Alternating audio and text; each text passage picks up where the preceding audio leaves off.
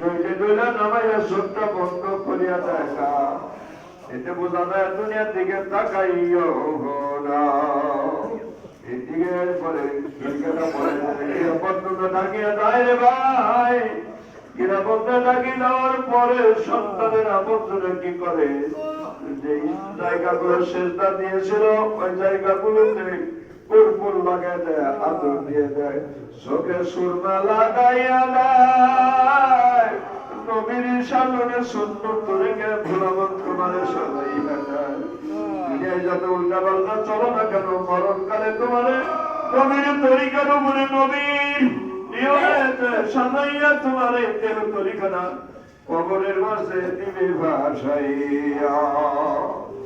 আর এই সুন্দরকে সবাই রাখছে, জোহরের নামাজ শেষ হয়ে গেছে, জামাত শেষ হয়ে গেছে, ঈদগার মাঠে মসজিদের সামনে মাঠের মধ্যে অথবা বাড়ির আঙ্গিনা তোমাকে রাখছে, ইমাম সমাজে হাজির হয়ে গেছে, যার সুযোগ্য সন্তান আলেম কোরআনে হাফেজ আছে, সিনা বরাবর দাঁড়ায় যার বলে আমার আব্বার সঙ্গে যদি কোনো কথাবার্তা মনোমালিন্য হয়ে থেকে লেনদেন থাকে, লেনদেনে টাকা পয়সা গুলো আমাদের কাছে বলবেন। আর যদি আমার বাবা কারোর সঙ্গে, আমার ভাই যদি কারোর সঙ্গে কি করিয়া থাকে, আমার মাই যদি কারোর সঙ্গে কথাবার্তা মনোমালিন্য হয়ে থাকে, সকলে আল্লাহর হস্তে ক্ষমা করে দেন, মাফ করিয়া দিবে।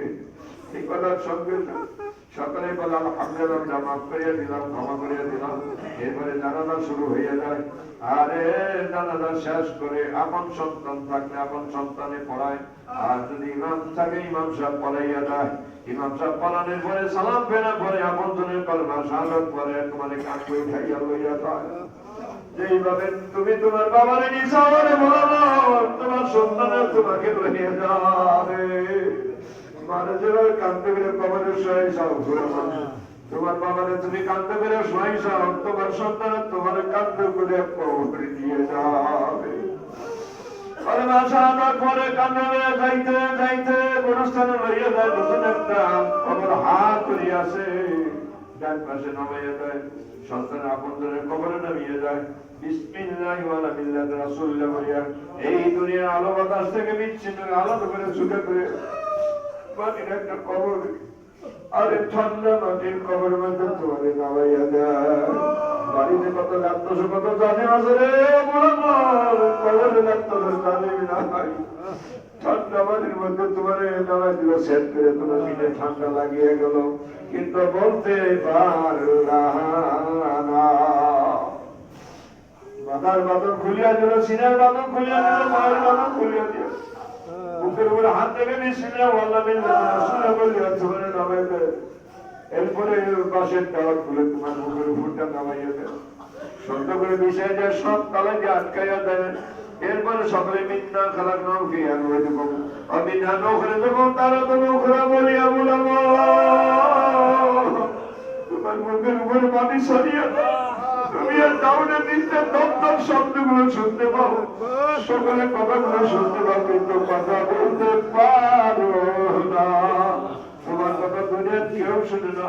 এরপরে কোথাও তালিয়া দাঁড়িয়ে ভাই মানে ডালিয়া দিতে উষা করিয়া দিতে দিতে এই সমাজের প্যানের মধ্যে গড়াই না করিয়া যায়। আরে আমাদের খবর আলো নাই, বাতাস নাই, বন্ধু নাই, বান্ধব নাই, জানালা নাই, দরজা নাই, টেলিফোন মোবাইল কোনো কিছু নাই। আপনার খবরে ওনার মধ্যে তোমার কে সাহায্য করিবে?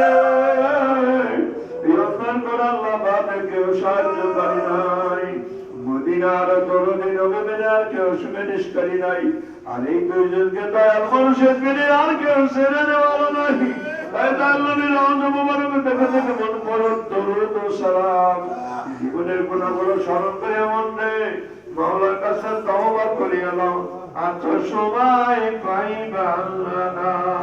আল্লাহুম্মা সাল্লি আলা সাইয়্যিদিনা ওয়া নাবিয়িনা শাফিঈনা হাবিবিনা